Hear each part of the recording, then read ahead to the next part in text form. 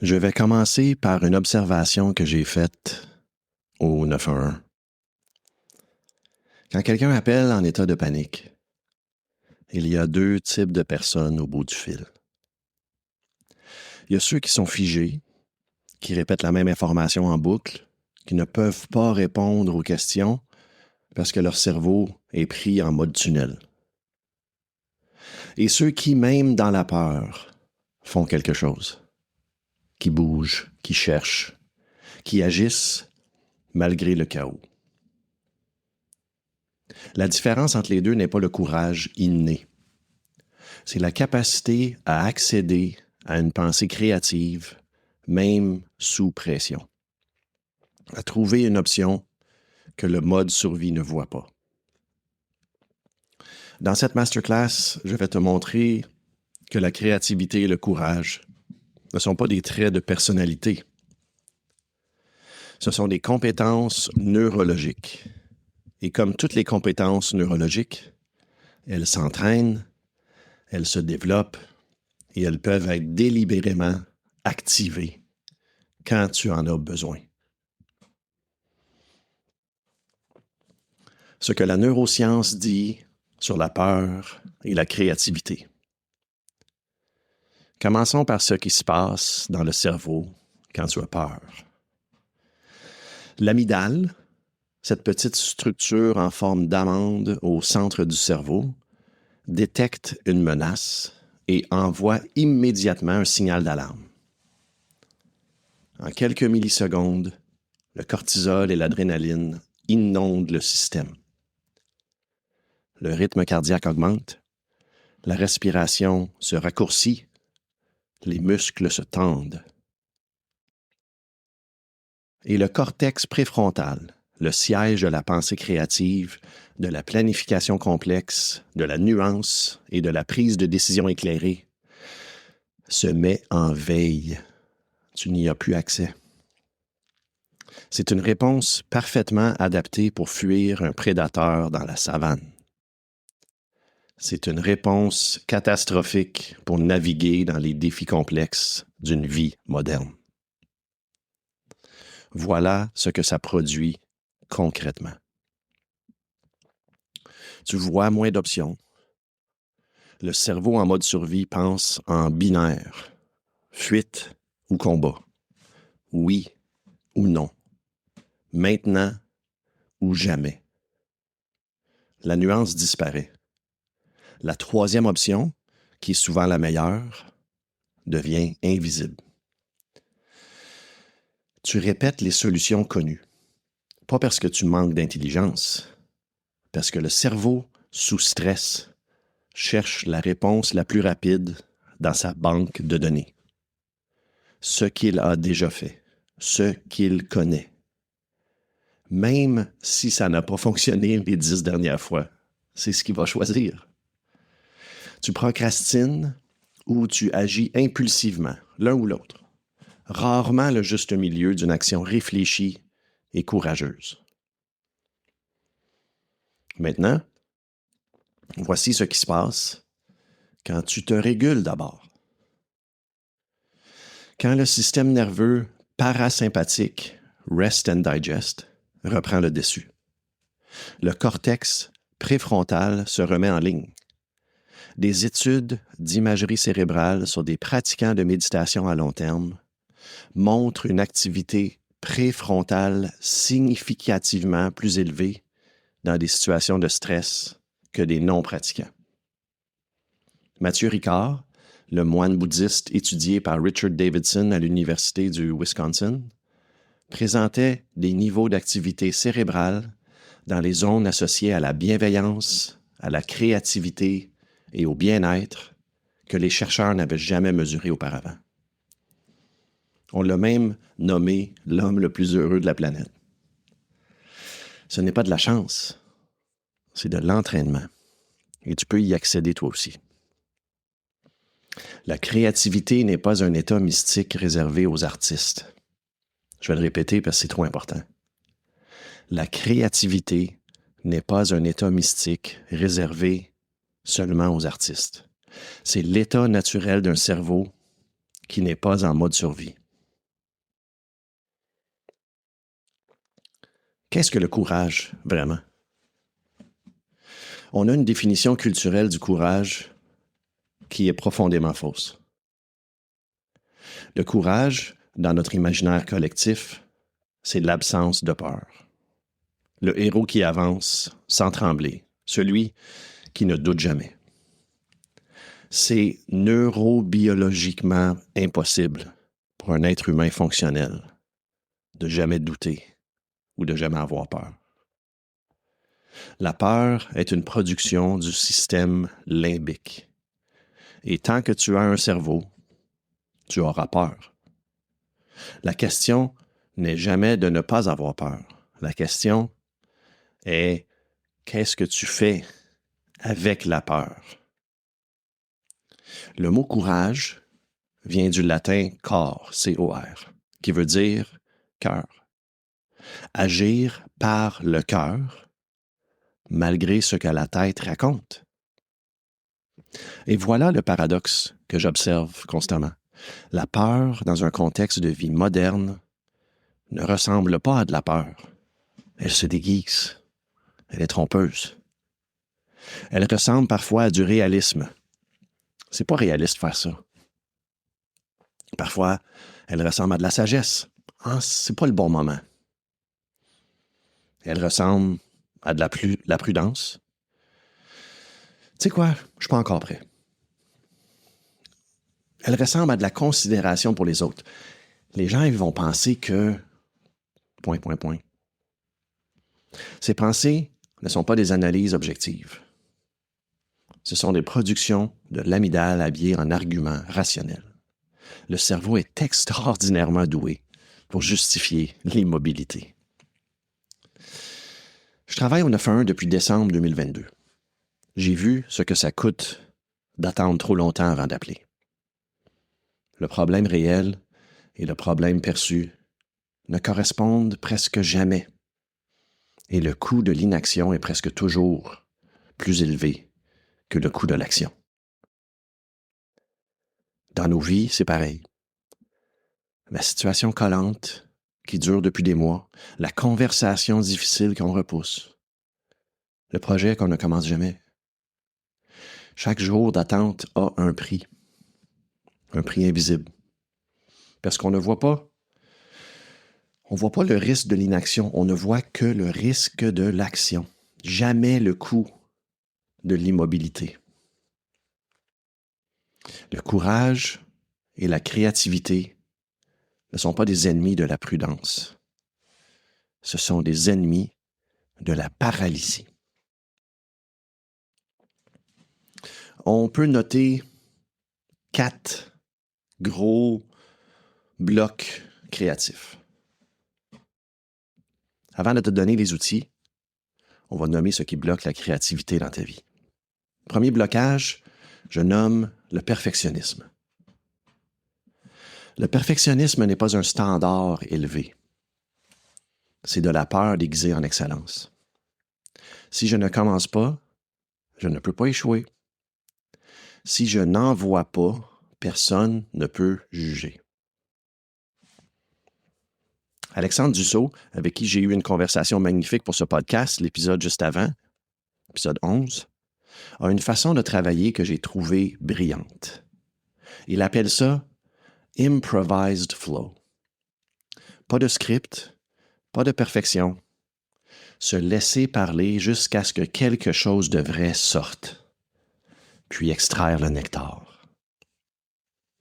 Le premier take est souvent le meilleur take, parce que la vérité sort avant que la censure intérieure ait le temps d'intervenir. Deuxième blocage, je nomme le manque de permission. Beaucoup de gens attendent qu'on leur donne la permission pour créer, pour agir, avant de prendre de l'espace, avant de prendre sa place. La permission ne vient pas de l'extérieur. La permission se décide intérieurement. Et cette décision demande du courage. Parce qu'agir sans permission externe, c'est accepter d'être le seul responsable du résultat.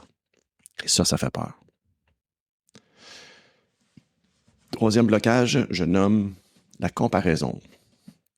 La comparaison est le carburant de la paralysie créative. Tant que tu te mesures à ce que les autres ont déjà accompli, tu ne peux pas voir ce que toi tu peux créer depuis là où tu en es. Et le quatrième blocage, l'attente de l'inspiration.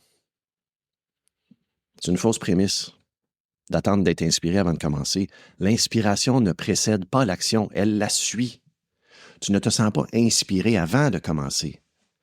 Tu te sens inspiré parce que tu as commencé. La créativité est un muscle. Il se réveille dans le mouvement. Et maintenant, les 3 outils concrets. Voici les 3 outils que j'utilise et que j'enseigne. Le premier outil, la question créative. Quand tu es figé dans une situation, le réflexe est de se demander pourquoi ça ne fonctionne pas ou comment je règle ça. Ces questions gardent le cerveau dans le problème. Puis on est vraiment bon pour trouver les raisons pourquoi on doit rester dans le problème. La question créative a un angle de vue différent. Par exemple, si je ne pouvais pas résoudre ce problème complètement, quelle serait la plus petite action possible qui créerait du mouvement? Pas la solution, le mouvement. La différence est capitale. Le cerveau en mode survie cherche la sortie totale. La question créative lui demande juste le prochain pas. Dans les systèmes d'urgence, quand on ne sait pas quoi faire, on fait quelque chose de petit et on observe. Tu n'as pas besoin de voir tout le chemin. Tu as besoin de voir simplement le prochain mètre ou 2. Outil numéro 2, le recadrage du courage.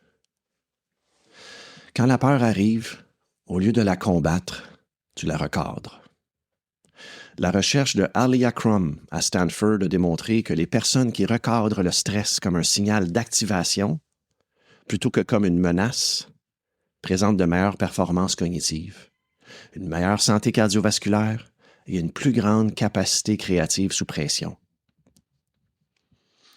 La peur et l'excitation activent les mêmes mécanismes physiologiques, même rythme cardiaque élevé, même respiration accélérée, même activation du système nerveux sympathique. Ce qui change, c'est l'histoire que tu te racontes sur ce que tu ressens. Je suis anxieux produit une réponse de fermeture. Je suis excité produit une réponse d'ouverture. Ce n'est pas de la pensée positive, c'est de la neurobiologie appliquée. Anxiété et excitation produisent les mêmes symptômes dans ton corps. Fais juste changer l'angle de vue. Outil numéro 3, l'action minimale courageuse. L'action courageuse n'a pas besoin d'être grande. Elle a besoin d'être vraie et d'être faite maintenant. Une conversation difficile qui commence par « j'ai besoin de te parler de quelque chose ». Un projet qui commence par une page blanche et un timer de 20 minutes. Un courriel envoyé avant d'être prêt. Un non dit clairement pour la première fois. Ces micro-actes courageux entraînent le courage de la même façon que les répétitions entraînent un muscle. Chaque petite action qui va à l'encontre de la peur renforce le circuit neuronal de l'action courageuse. Et il crée du mouvement, pas la solution complète, juste du mouvement. Et dans les systèmes vivants, le mouvement appelle le mouvement. Le plus difficile, c'est de commencer. C'est une des lois de la thermodynamique. Protocole FORR appliqué à la créativité et au courage. Le protocole FORR n'est pas juste une pratique de méditation. Ce n'est pas juste une induction en auto-hypnose. C'est une infrastructure pour l'action créative courageuse. Je vous rappelle, FORR parle de focus, ouverture, relâche et respiration, réintégration. En commençant par le début, focus. Avant de créer, avant d'agir, tu poses la question juste. Pas « qu'est-ce que je dois faire ?» Mais quelle action créerait du mouvement dans cette situation? Un focus différent produit des réponses différentes. 2 minutes de silence avant une session créative, avant une conversation difficile, change radicalement la qualité de ce qui suit. Ouverture. Tu régules le système nerveux avant d'agir. Pas parce que le courage nécessite l'absence d'activation, mais parce que le courage tendu, le courage du système nerveux en mode survie, produit de l'agression ou de la fuite. Pas de l'action créative, juste. L'ouverture, c'est créer les conditions internes pour que le cortex préfrontal soit en ligne quand tu agis. Relâche. Tu déposes le besoin que l'action soit parfaite. Lâche prise. La relâche du perfectionnisme n'est pas de l'abandon de standards. C'est l'acceptation que l'action imparfaite maintenant vaut mieux que l'action parfaite jamais. C'est ici que la créativité s'ouvre vraiment, quand tu arrêtes de contrôler le résultat pour t'intéresser au processus. Respire, réintégration. Après l'action, tu intègres. Tu notes ce qui a bougé. Tu reconnais le courage que ça a demandé, même si c'était petit. Célèbre l'action qui a été faite. Et cette réintégration renforce le circuit neuronal et prépare la prochaine action courageuse. Ce que l'on célèbre, on répète. La pratique de la semaine. Je vais te donner une pratique concrète à intégrer cette semaine. Elle s'appelle l'improvised flow de la vie. Voilà comment ça fonctionne. Tu prends 20 minutes. Pas de téléphone, pas de distraction. Tu t'assis avec une feuille et une feuille de papier, feuille de journal. Tu poses cette question-ci. Qu'est-ce qui est vraiment vivant en moi en ce moment? Pas qu'est-ce que je dois faire, pas comment je règle mes problèmes. Qu'est-ce qui est vivant? Qu'est-ce qui veut être exprimé, créé, dit ou fait? Tu écris sans censure pendant 10 minutes, peu importe ce qui sort. C'est de la matière première, pas un document final. Ensuite, tu relis ce que tu as écrit et tu te poses une seule question. Quelle est l'action la plus courageuse et la plus créative que je pourrais poser dans les 24 heures à partir de ce qui est là? Pas la plus parfaite, la plus courageuse et la plus créative. Et tu l'as fait avant la fin de la journée. Cette pratique, faite une fois par semaine, commence à recabler la relation entre la peur et l'action. Elle entraîne le cerveau à chercher le mouvement plutôt que la solution complète. Elle développe la confiance dans l'instinct créatif plutôt que dans le contrôle planifié.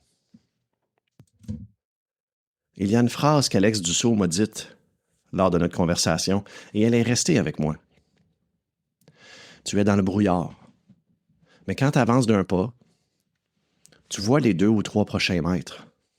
Et ça, c'est suffisant. Ce n'est pas de l'insouciance. C'est de la foi dans le processus. C'est comprendre que la clarté totale n'est pas une condition préalable à l'action. La clarté se trouve dans le moment. Le silence intérieur dont je parle dans ce podcast ne vient pas de l'immobilité.